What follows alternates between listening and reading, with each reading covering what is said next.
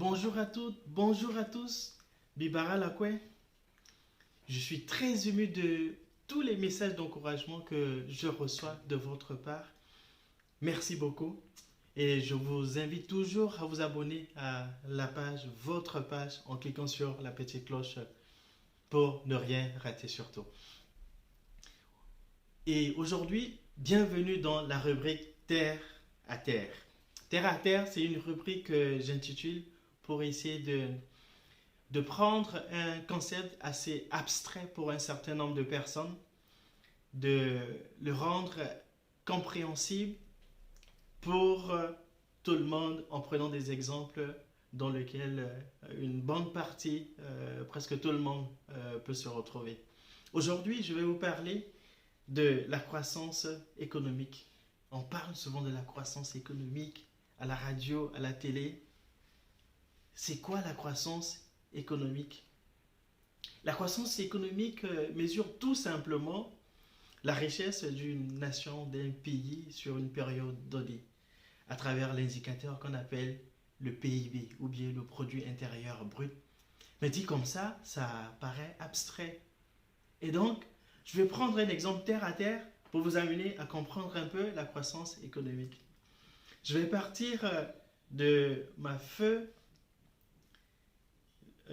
grand-mère paternelle, personnelle, qui vendait du kanda. Kanda en sango, c'est les mets de pistache pour ceux qui ne connaissent pas. Et qui était très prisé de nous, ces petits-enfants, moi y compris bien sûr, et les anciens étudiants du campus de l'ENS à l'époque, ils se reconnaîtront sûrement. Et ma grand-mère, pour pouvoir obtenir son kanda ou bien ses mets de pistache, il lui fallait acheter les feuilles. Les feuilles, les condiments, du piment, persil, céleri, tout ce qui est bon pour agrémenter un peu le kanda. Il payait le transport pour aller acheter les feuilles, ainsi de suite.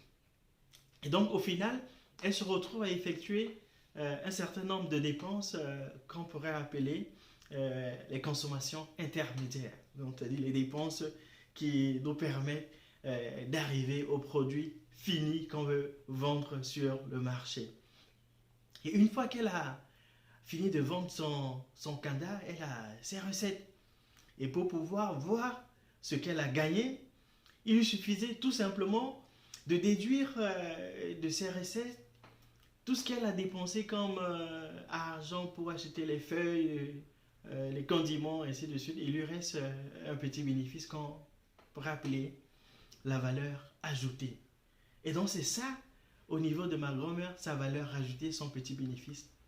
Supposons que en Centrafrique, on a d'autres grand-mères qui développent d'autres types d'activités, que ce soit dans l'élevage, l'agriculture, le commerce de détail, et qui se retrouvent à appliquer le même schéma et qui ont leur valeur ajoutée à la fin de leur business.